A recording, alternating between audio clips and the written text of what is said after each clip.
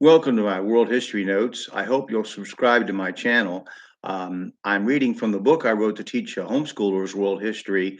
A Bible Believer Looks at World History. You can find it on lulu.com, amazon.com, or at the Bible Baptist Bookstore, or just follow me here.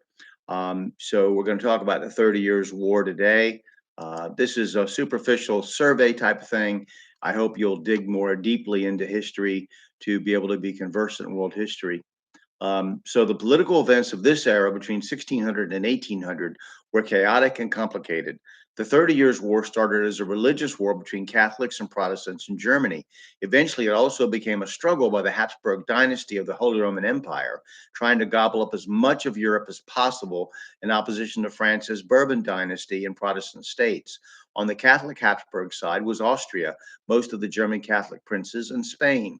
Opposing them were the Protestant princes of Germany, Protestant kingdoms of Denmark and Sweden, and Catholic France. As war raged across Europe from Poland to the Netherlands, the population was devastated, and not since the Mongol invasion had there been such carnage on such a wide scale.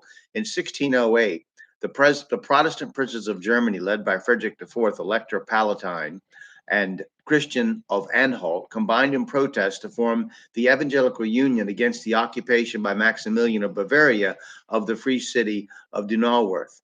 Maximilian then created the Catholic League along with other Catholic princes to oppose them in 1609. In 1609, King Rudolph of Bohemia declared religious freedom for his Protestant subjects, protected by a body of men known as, quote, the Defenders.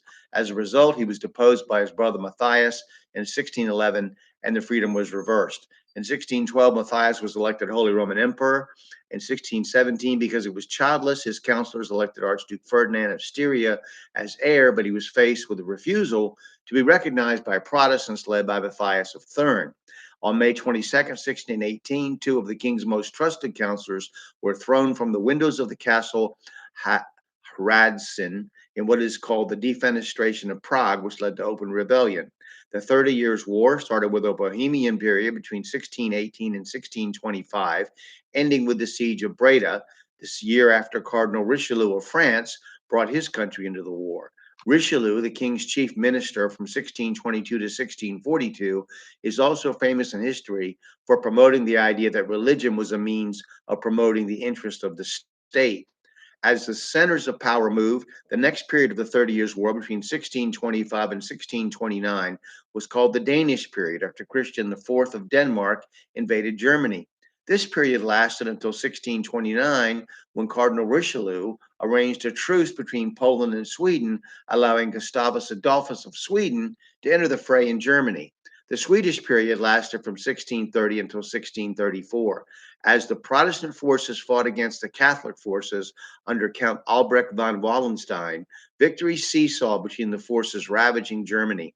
The French period began in 1634 when Catholic Cardinal Richelieu assumed control of the Protestant forces due to the war going badly for them. After Richelieu and Louis XIII died in 1642 and 1643, respectively, a Spanish imperial army invaded France but was repulsed. The war was finally ended by the Peace of Westphalia in 1648, which gave France Alsace and Lorraine through the Treaty of Munster between the empire and that country. Sweden, Denmark, and German Protestants signed the Treaty of Osnabrück, which guaranteed equality within the empire of Catholic and Protestant states. France and Spain continued to fight.